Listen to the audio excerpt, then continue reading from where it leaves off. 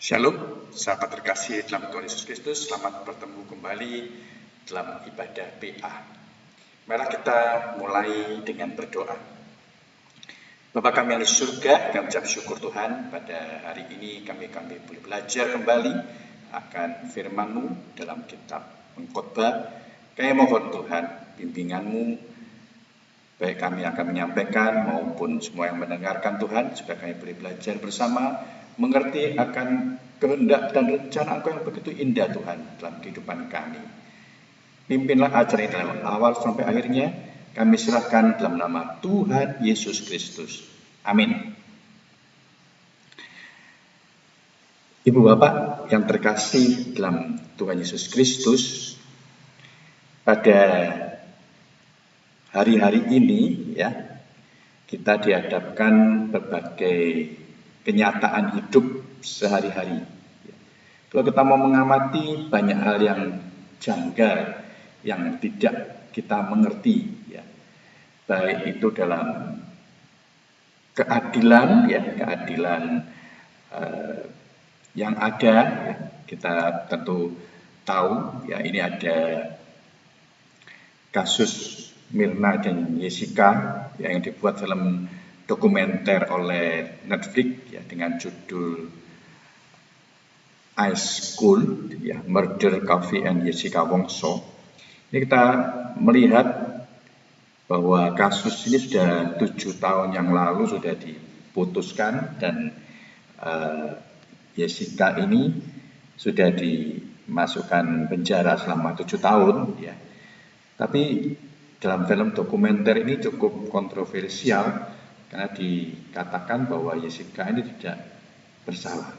Ya, ini kenyataan hidup bahwa ada hal-hal yang tidak adil dalam kehidupan ini. Juga kita melihat perjalanan hidup orang yang baik dan orang yang jahat. Ya, ada koruptor yang jadi pemimpin, bahkan jadi konglomerat. Ya. Ada juga polisi jujur yang hanya naik sepeda. Itu pernah saya temui ya, ini Bribka Seladi ya, ini dia tugas terakhir yang saya lihat itu di praktek uji SIM ya, SIM A. Jadi kalau kita lihat dia tugasnya sehari-hari itu membawa sepeda panjang ya. Hidupnya sederhana, dan dia mendapatkan juga penghargaan menjadi seorang abdi negara, seorang polisi yang jujur. Ya. Ini satu hal yang langka di zaman modern ini ya, bahwa ada orang yang begitu jujurnya ya, untuk menambah, dia bahkan tidak segan-segan jadi pemulung. Kadang-kadang kita tidak mengerti ya apa yang terjadi. Ya. Memang kita sebagai manusia ini adalah orang-orang yang terbatas. Kita tidak mengerti apa yang menjadi kehendak Sang Pencipta. Ya. Dan ini bukan kejadian yang baru kalau kita lihat ya. Ini zaman penulis Pengkhotbah pun ya, ini sudah mengamati hal-hal yang terjadi seperti itu ya. Kalau kita mau belajar pada hari ini ya, kita akan melihat bahwa tema pemahaman Alkitab hari ini adalah anomali hidup manusia dan rahasia Allah ya. Anomali hidup manusia dan rahasia Allah. Ini memang menimbulkan banyak pertanyaan-pertanyaan, banyak kontroversial ya, seakan-akan seperti itu. Tapi kita coba pada hari ini kita belajar ya, bagaimana Kohelet ini mengamati ya, ada kejadian-kejadian yang dia pelajari, diamati di dunia ini. Kita akan membaca dalam Pengkhotbah pasal 8 ayat 9 sampai dengan yang ke-17 dalam bahasa Indonesia masa kini. Ya. Pengkhotbah pasal 8 ayat 9 sampai dengan 17 dalam bahasa Indonesia masa kini. Ya, ayat-ayat yang akan saya bawakan pada hari ini semuanya terdapat dalam terjemahan bahasa Indonesia masa kini. Mari kita membacanya. Ayat 9. Semua ini kulihat ketika ku perhatikan segala kejadian di dunia. Ada kalanya manusia memakai kuasanya untuk mencelakakan sesama. Pernah kulihat orang jahat mati dan dikuburkan. Tetapi waktu orang-orang pulang dari penguburannya, mereka memuji dia di kota tempat ia melakukan kejahatan. Jadi itu pun sia-sia. Mengapa begitu mudah orang melakukan kejahatan? Karena hukuman tidak segera diberikan. Meskipun 100 kejahatan dilakukan seseorang berdosa, ia tetap hidup bahkan panjang umurnya. Konon, siapa taat kepada Allah pasti hidupnya serba mudah. Sebaliknya, orang jahat mendapat banyak kesukaran. Hidupnya cepat berlalu seperti bayangan. Ia akan mati pada usia muda karena ia tidak taat kepada Tuhannya. Namun, semua itu omong kosong belaka. Lihat saja apa yang terjadi di dunia. Ada orang saleh yang dihukum sebagai pendurhaka, ada penjahat yang diganjar sebagai orang saleh. Jadi, itu pun sia-sia. Kesimpulanku ialah bahwa orang harus bergembira karena dalam hidupnya di dunia tak ada kesenangan lain baginya kecuali makan, minum, dan bersukaria. Itu saja yang dapat dinikmati di tengah jerih payahnya selama hidup yang diberikan Allah kepadanya. Ketika aku berusaha mendapat hikmat dan ku perhatikan segala kejadian di dunia ini, maka sadarlah aku bahwa meskipun kita bersusah payah siang malam tanpa beristirahat, kita tak mampu mengerti tindakan Allah. Bagaimanapun kita berusaha, tak mungkin kita memahaminya. Orang arif mengaku bahwa ia tahu, tapi sebenarnya ia tidak tahu. Ya. Berbahagialah kita yang mendengar firman, menyimpan dalam hati, dan melakukan dalam kehidupan kita sehari-hari. Ibu bapak, saudara-saudari yang terkasih dan Tuhan Yesus Kristus, seperti yang kita ketahui bersama, bahwa kitab Pengkhotbah ini penuh dengan pemikiran yang mendalam mengenai kehidupan sehari-hari. Mari kita pelajari bersama ya bahasan hari ini mengenai sikap manusia terhadap sesamanya dan rahasia Allah. Ya. Kalau kita melihat dan kita pelajari ya, ternyata kitab Pengkhotbah ini yang sudah kita baca tadi ya, itu bisa dibagi dua perikopnya, ayat 9 sampai dengan yang ke-14 yaitu anomali hidup manusia, dan ayat 15 sampai dengan 17 yaitu rahasia Allah yang tak terselami ya. Kita akan masuk di ayat yang ke bagian pertama ayat 9 sampai dengan 14 yaitu anomali hidup manusia ya, kita baca dalam ayat 9 dan 10 ya, dikatakan di situ, semua ini kulihat ketika ku perhatikan segala kejadian di dunia. Ada kalanya manusia memakai kuasanya untuk mencelakakan sesamanya. Pernah kulihat orang jahat mati dan dikuburkan. Tetapi waktu orang-orang pulang dari penguburannya, mereka memuji dia di kota tempat ia melakukan kejahatan. Jadi itu pun sia-sia. Ya. Jadi kalau kita pelajari ya, ayat yang ke-9 ini dikatakan ada kalanya manusia itu memakai kuasanya untuk mencelakan sesamanya. Ya kalau kita baca di ayat yang ke-9 tadi, ini bisa diartikan sebagai orang yang memiliki satu kuasa. Ya kalau kita merujuk ke ayat 2 yang lalu, ini merupakan pemerintah. Ya. Dikatakan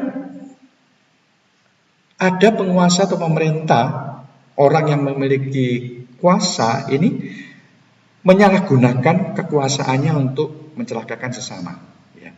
Kalau kita lihat di Alkitab itu di Perjanjian Baru ada Raja Herodes yang memerintahkan pembunuhan massal anak-anak di bawah usia 2 tahun.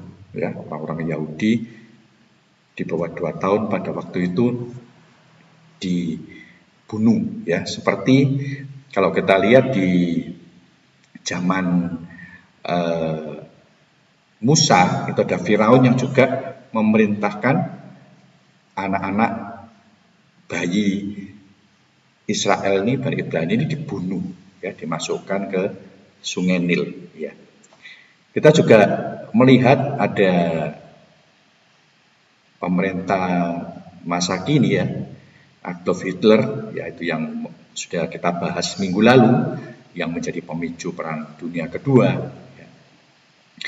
Tetapi kalau kita melihat pada ayat yang ke-10, di situ dinyatakan ada satu anomali. Ya. Apa sih yang disebut sebagai anomali ini? Ya. Kalau kita mau melihat arti anomali ini adalah suatu keganjilan, keanehan, atau penyimpangan dari keadaan biasa atau normal yang berbeda dari kondisi umum dalam suatu lingkungan. Ya. Jadi ada penyimpangan, keganjilan, keanehan ya, dari keadaan yang harusnya itu umum terjadi. Ya, kita kalau masih ingat pada waktu sekolah dulu disebut ada anomali air. Nah, apa yang disebut anomali air ini? Nah, air ini saat dipanaskan dari suhu 0 derajat sampai 4 derajat, ya, volumenya menyusut. Nah, saat didinginkan dari suhu 4 derajat ke 0 derajat, maaf itu kebalik ya, dari 4 derajat ke 0 derajat didinginkan, volumenya justru memuai. Nah, pada umumnya barang yang dipanaskan selalu memuai. Tapi khusus untuk air, ya, dari 0 sampai 4, 4 ke 0, ini ada satu keanehan yang harusnya dia memuai, berkembang, justru dia menyusut. Waktu didinginkan harusnya menyusut, dia memuai. Ya. Ini bisa kita lihat dan kita praktikkan kalau kita naruh air di kulkas. Ya. Dalam satu wadah gitu, ya, ketika kita isi penuh, nah kemudian kita dinginkan, harusnya itu kan makin mengecil. Tapi kalau kita lihat, dia akan tumpah. Ya. Pada waktu dingin harusnya menyusut, ini malah tumpah. Dari 4 derajat ke 0 derajat itu. Ya. Jadi hal-hal yang seperti ini sampai saat ini tidak bisa dijelaskan. Maka disebut sebagai anomali. Ya, anomali. Ada satu keanehan. Ya, tadi katakan pada ayat 10, ada orang jahat mati dan dikuburkan. Tetapi orang-orang yang mengantar dari penguburan ini ketika pulang dalam perjalanan, mereka ini justru memuji orang jahat tersebut di tempat orang jahat ini melakukan kejahatan. Harusnya kalau ada orang jahat, dan dia meninggal, dikatakan harusnya masyarakat lega karena tidak ada lagi yang mengganggu. Ya. Tapi dikatakan ada orang yang muji-muji. Dalam tanda kutip, tentunya mereka ini mendapat keuntungan dari penjahat tersebut, bukan korban penjahat dari tersebut. Saya rasa kalau dia korban dari penjahat tersebut, dia akan menjadi dendam, menjadi benci, menjadi marah, menjadi orang yang puas ketika melihat dia meninggal. Sehingga dikatakan oleh Kohelet ini, ya, itu pun sia-sia. Mengapa? Karena kita tahu bahwa di dunia ini semuanya itu sifatnya sementara. Kita melihat kehidupan pasangan suami istri yang penuh dengan percekcokan dan amarah. Pada kenyataannya setelah pasangannya meninggal, yang terjadi adalah penyesalan. Dia mengatakan pasangannya ini adalah yang terbaik yang sudah Tuhan berikan kepadanya. Tapi uniknya ketika hidup tidak dihargai, bahkan seringkali dijadikan sasaran kemarahannya. Oleh karena itu, kita harus waspada dalam berperilaku. Jangan menyia-nyiakan kesempatan yang sudah Tuhan berikan. Nah, dari beberapa cerita yang saya dengar dan saya melihat sendiri, ya, ada orang yang curhat kepada saya, ya. Ketika masih kumpul, masih bersama-sama, masih hidup, itu yang terlihat itu hanya keburukannya saja, kejelekannya saja. Ya. Tetapi ketika sudah ditinggal, yang bersangkutan tidak ada, baru kelihatan semua kebaikannya. Ya, contoh yang pernah saya dengar itu, seorang anak sewaktu kumpul dengan orang tuanya, yang kelihatan ini hanya kecerewetan mamanya, papanya terlalu tegas, tangan besi, dan berbagai perlakuan yang menurut anak ini tidak menyenangkan. Tetapi ketika anak ini kuliah di luar kota atau di luar negeri, dia mulai hidup sendiri, semuanya dikerjakan sendiri, ya, tidak ada siapa-siapa. Maka si anak ini mulai menyadari dan menyesal. Ternyata orang tuanya itu begitu mengasihi dan melayani dia. Ketika hidup sendiri, anak ini baru menyadari bahwa semua dia lakukan sendiri, ternyata apa yang dia nikmati selama ini itu adalah satu pelayanan, satu kasih dari orang tuanya. Ya. Jadi Kohelet ini juga memberi satu kesimpulan, ya, mengapa kok bisa kejahatan itu terjadi. Ya. Kalau kita mau melihat kesimpulan dari Kohelet ini, ya, dalam ayat yang ke-11, ya, kita lihat sampai ayat ke-11 di situ dikatakan, mengapa begitu mudah orang melakukan kejahatan? Karena hukuman tidak segera diberikan. Ya. Jadi kita melihat di sini orang mudah melakukan kejahatan karena konsekuensi dari kejahatan atau hukumannya itu tidak segera diberikan, sehingga ketidakadilan ini merajalela dan rasa takut akan hukuman itu tidak ada. Dan ini membuat kejahatan itu berkembang dengan cepat. Ya. Kalau kita mau melihat ada satu contoh, yaitu yang saya gambarkan di situ, mungkin kita masih ingat kejadian di Stadion Kanjuruhan yang menyebabkan ratusan supporter yang meninggal. Ya. Ini dari saksi mata itu ternyata sesudah pertandingan itu selesai, dikatakan ada 2 orang supporter yang melompat pagar dan masuk ke lapangan. Dan itu oleh aparat keamanan dibiarkan. Nah, melihat 2 orang ini dibiarkan, yang lainnya juga akhirnya masuk ke lapangan. Sehingga kalau kita lihat dalam gambar di situ ya, bukan 2 lagi tapi puluhan bahkan ratusan ya yang turun ke dalam lapangan tersebut. Ya. Akhirnya apa? Akhirnya ditindak oleh aparat keamanan dengan gas air mata. Ya. Nah, ketika ditindak seperti itu, timbullah satu korban. Ya. Jadi pengamatan dari Kohelet ini itu mengapa sih kejahatan dilakukan? Karena konsekuensi atau hukumannya itu lambat. Ya. Seandainya waktu itu 2 orang itu turun ke lapangan dan aparat keamanan langsung bergerak, mungkin tidak akan diikuti oleh yang lain karena mereka melihat bahwa itu ada tindakan, ada konsekuensi yang harus dihadapi. Ya. Jadi kita melihat bahwa dalam pengkhotbah ini ada yang disebut sebagai teologi retribusi. Ya. Jadi kitab pengkhotbah ini mengajarkan tentang prinsip-prinsip yang umum. Dikatakan bahwa orang fasik itu akan dihukum oleh Tuhan. Itu kita bisa baca di pengkhotbah 3:17. Ya.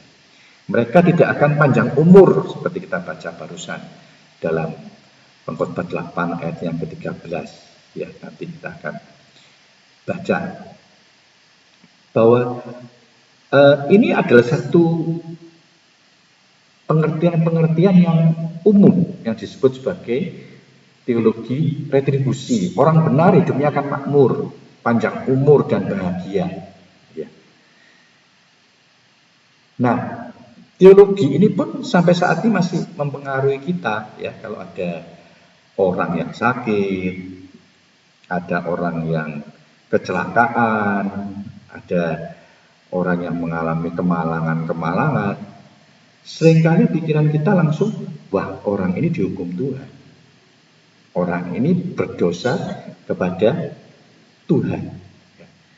Namun, kalau kita mempelajari dari kitab pengkhotbah ini, ya, tidak semuanya seperti itu. Ada anomali, ada kejadian-kejadian yang tidak bisa dinalar. Ya, coba kita baca dalam ayat yang ke-12 sampai dengan ayat yang ke-14. Ya. Meskipun 100 kejahatan dilakukan seorang berdosa, ia tetap hidup, bahkan panjang umurnya. Konon, siapa taat kepada Allah, pasti hidupnya suka mudah. Sebaliknya, orang jahat mendapat banyak kesukaran. Hidupnya cepat berlalu seperti bayangan. Ia akan mati pada usia muda karena ia tidak taat kepada Tuhannya. Ya. Ini kita bisa melihat di sini bahwa ini konon, ya ini sebagai teologi retribusi. Siapa taat hidup kepada Allah, pasti hidupnya mudah. Orang jahat mendapat banyak kesukaran. Ya. Tetapi pada kenyataannya dikatakan, namun semua itu omong kosong belaka. Lihat saja apa yang terjadi di dunia. Kenyataannya gimana? Dikatakan ada orang saleh yang dihukum bagai pendurhaka, ada penjahat yang diganjar bagai orang saleh. Jadi itu pun sia-sia. Ya. Dikatakan meskipun 100 kejahatan dilakukan orang berdosa, itu bukan berarti kejahatannya dihitung satu persatu sampai 100 ya. Tapi ini bisa diartikan bahwa ini adalah seorang penjahat yang paling jahat. Kejahatannya sempurna. Ya. Katakan sampai 110 aja sudah sempurna, 100. Jadi orang paling jahat. Ternyata yang paling jahat itu bisa memiliki umur panjang. Ini merupakan satu pernyataan hidup retribusi yang tidak masuk akal. berlawanan dengan pandangan umum. Taat kepada Allah, hidupnya serba mudah. Orang jahat tidak taat, hidupnya akan banyak kesukaran. Mati di usia muda, ya, bahkan tegaskan dalam ayat 14 tadi, semua itu omong kosong belaka. Ya. Kenapa? Karena ada kejadian, ada orang saleh yang dihukum bagaikan pendurhaka, ada penjahat yang diganjar bagaikan orang saleh. Kebalik kan? Ya. Dan melihat kenyataan yang terjadi ini, ya, Kohelet kembali mengatakan itu pun sia-sia. Apa maksudnya? Ya. Kembali Kohelet ini mengingatkan keterbatasan pikiran, analisa, dan kemampuan manusia untuk mengerti apa yang terjadi. Ya. Jadi artinya apa? Sudah mentok dipikirkan tapi tidak mengerti. Ya. Sehingga akhirnya, ya, dikatakan dia menyimpulkan dalam ayat yang ke-15. Kalau kita mau lihat, ya, pada ayat 15 dikatakan ini ada satu kesimpulan, ya, kita masuk bagian yang kedua ayat 15 sampai dengan 17, yaitu rahasia Allah yang tidak terselami, ya. Ayat 15 dikatakan, kesimpulanku ialah bahwa orang harus bergembira karena dalam hidupnya di dunia tak ada kesenangan lain baginya kecuali makan, minum, dan bersukaria. Itu saja yang dapat dinikmati di tengah jerih payahnya selama hidup yang diberikan Allah kepadanya. Ketika aku berusaha mendapat hikmat dan kuperhatikan segala kejadian di dunia ini, maka sadarlah aku bahwa meskipun kita bersusah payah siang malam tanpa beristirahat, kita tak mampu mengerti tindakan Allah. Bagaimanapun kita berusaha, tak mungkin kita memahaminya. Orang arif mengaku bahwa ia tahu, tapi sebenarnya ia tidak tahu. Ya. Jadi dari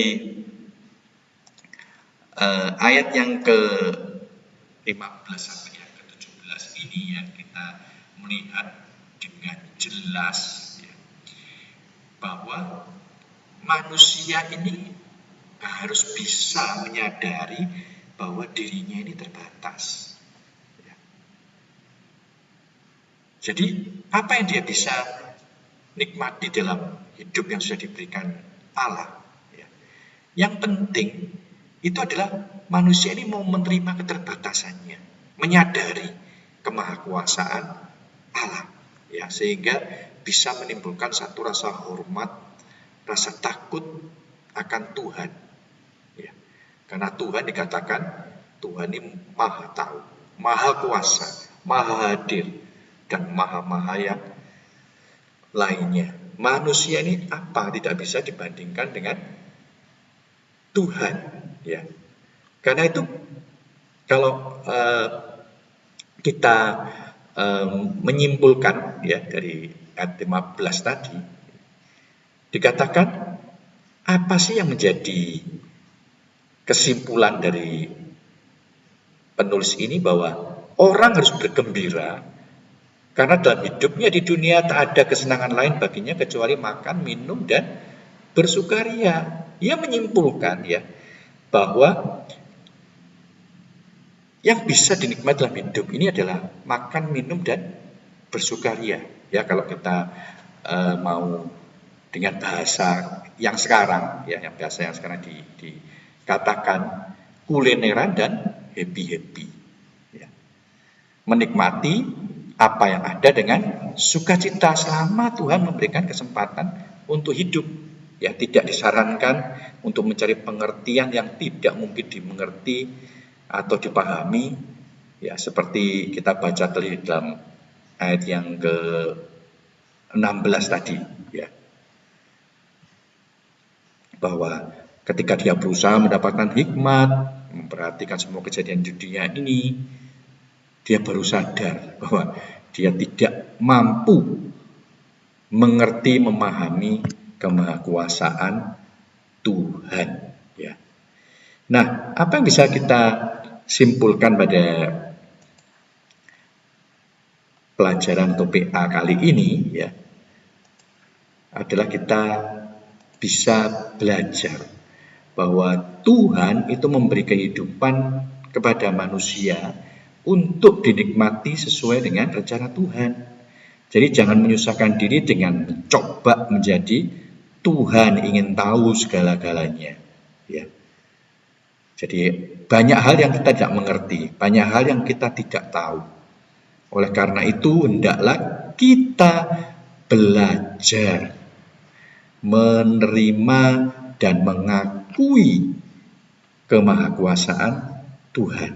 Percayakan hidupmu kepada rencana Allah, karena Dia selalu yang memberikan yang terbaik bagi kita semua. Ya. Kiranya melalui pelajaran singkat ini kita bisa makin menikmati keindahan rencana Allah dalam kehidupan kita. Ya. Karena apa? Karena banyak hal yang ada kita mengerti itu kelak ketika kita berjumpa muka dengan Allah, semua itu baru akan terbuka. Ya. Seperti kalau anak-anak masih di SMP ya atau sekarang ini kelas 12 ke bawah, kelas 9 ke bawah ya. Kelas 9 ke bawah kalau ditanya hitung-hitungan integral, matematika integral, nggak mengerti dia. Kapan dia baru mengerti? Ketika dia masuk di SMA. Di SMA dia baru mengerti, oh ada perhitungan integral seperti ini. Ya. Demikian kita juga di dunia. Ketika kita masih hidup di dunia ini, dalam segala keterbatasan kita tidak mampu mengerti rahasia Allah. Kelak ketika kita sampai di surga, semua rahasia itu akan terbuka dan kita akan tahu bahwa Allah merencanakan sedetil-detilnya kehidupan kita. Kalau kita mau taat, mau menuruti, melakukan firman Tuhan, itulah yang terbaik yang bisa kita lakukan di dunia ini. Amin. Mari kita berdoa. Bapa yang surga, kami mengucap syukur dan berterima kasih Tuhan atas kasih-Mu, atas kemurahan-Mu, anugerah-Mu dan pemeliharaanmu dalam kehidupan kami sampai saat ini. Kami menyadari Tuhan bahwa kami selalu ingin tahu akan segala sesuatu dan mengerti segala sesuatu. Tapi Engkau menciptakan kami terbatas. Karena kami ingin Tuhan. Karena Engkau menginginkan kami untuk mengakui bahwa Engkaulah Allah yang Maha Kuasa. Allah Sang Pencipta yang patut kami sembah siang dan malam. Yang patut kami puji dan kami muliakan dalam kehidupan kami. Ajarkan kami Tuhan untuk mengerti akan rencana dan kehendak-Mu dalam kehidupan kami. Sehingga kami Tuhan boleh memiliki hidup yang berkualitas, hidup yang sesuai dengan rencana-Mu, hidup yang berkenan di hadapan Engkau. Terima kasih Tuhan atas kesempatan kami boleh belajar kembali Alkitab di pengkhotbah ini. Kiranya firman-Mu ini boleh menjadikan bekal dalam kehidupan kami untuk menapaki kehidupan kami dunia ini hari demi hari. Terima kasih Bapak. Dan kami saat ini mohonkan berkat untuk semua yang mengikuti PA pada hari ini. Tuhan memberkati engkau dan melindungi engkau. Tuhan menyertai engkau dengan wajah-Nya dan memberikan engkau kasih karunia. Tuhan menghadapkan wajah-Nya kepadamu dan memberikan engkau damai sejahtera. Terimalah berkat Tuhan dan penyertaan Roh Kudus dari saat ini sampai Maranatha, Yesus datang kembali. Amin. Ibu Bapak, saudara-saudari yang terkasih dalam Tuhan Yesus Kristus. Sampai berjumpa lagi pada Jumat mendatang. Tuhan memberkati.